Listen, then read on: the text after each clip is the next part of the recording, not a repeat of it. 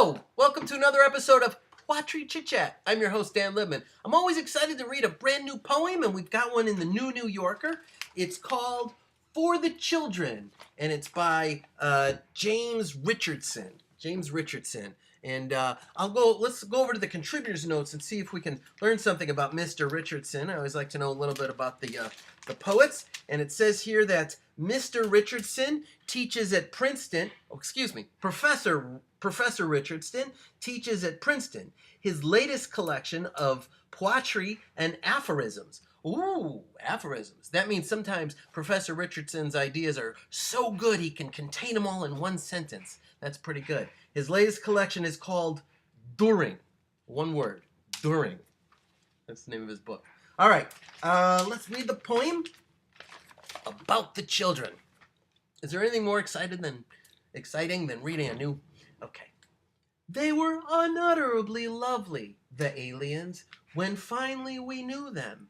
When at last we understood they had lived and moved among us from the beginning. In bodies, the image of ours, though smoother, eyes whiter, as if the world were a little darker for them, or more wondrous. And we loved them as wildly and deeply helplessly as our first loves, our dreams, our lost ones, all at once. Though we knew they were wilder and deeper than we were, and freer, and loving them only deepened our loneliness. Though we dared not ask in their language so eerily ours, will you carry us with you? Lest they looked away, bored, with our dullness, a burden of love.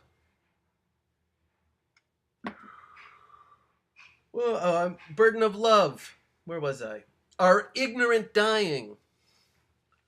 What could we, after all, with our dim minds, our narrowed sensoria, know of the lightning of their thoughts, the storm of their joys, ? Or their sorrows? For sorrows was theirs.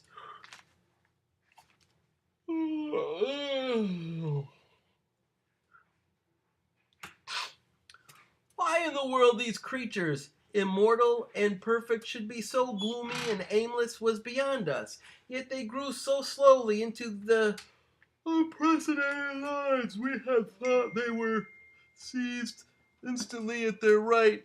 It seemed the long future was brooding.